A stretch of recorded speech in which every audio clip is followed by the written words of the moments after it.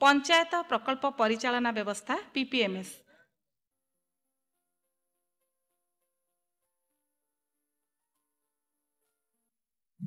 यह हेउची पीपीएमएस रा home page.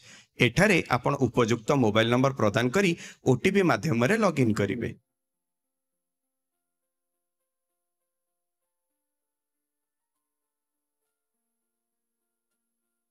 एठारे वीडियो नूतन प्रोजेक्ट ऐड करी सैंक्शन लेटर अपलोड करिवे। केस रेकॉर्ड प्रस्तुति करिवा पई वीडियो डेवलपमेंट असिस्टेंट को असाइन करिवे। डेवलपमेंट असिस्टेंट केस रेकॉर्ड प्रस्तुति करिवा पई आवश्यक दस्तावेज अपलोड करिवे एवं ऑर्डर शीट प्रस्तुति करिवा पई वीडियो को फॉरवर्ड करिवे। वीडियो केस रेकॉर्ड को वेरीफाई करिवे एवं प्रोजेक्ट एस्टिमेट प्रस्तुति पई जेई को असाइन करिवे। जेई उपयुक्त माप देई प्रोजेक्ट एस्टिमेट प्रस्तुति करिवे एवं टेक्निकल सैंक्शन करिवे।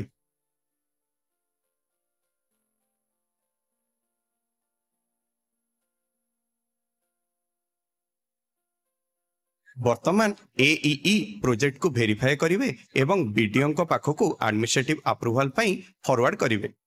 वीडियो एस्टिमेट को अप्रूव करी वर्क ऑर्डर जनरेट करिवे। जेई निर्धारित प्रोजेक्ट रा माप देई बिल प्रस्तुति करी एईई को फॉरवर्ड करिवे।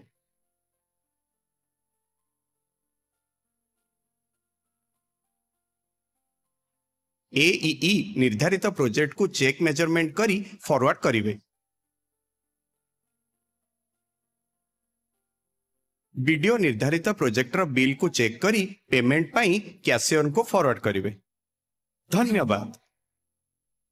आज मार्च 5 तारिख रे एई पायलट प्रकल्पटी भुवनेश्वर ब्लॉक रे आरंभ करा जाउछि और पर्यायक्रमे राज्यर समस्त 314 ब्लॉक रे कार्यकारी करा जिबा पई प्रस्ताव रहिछि।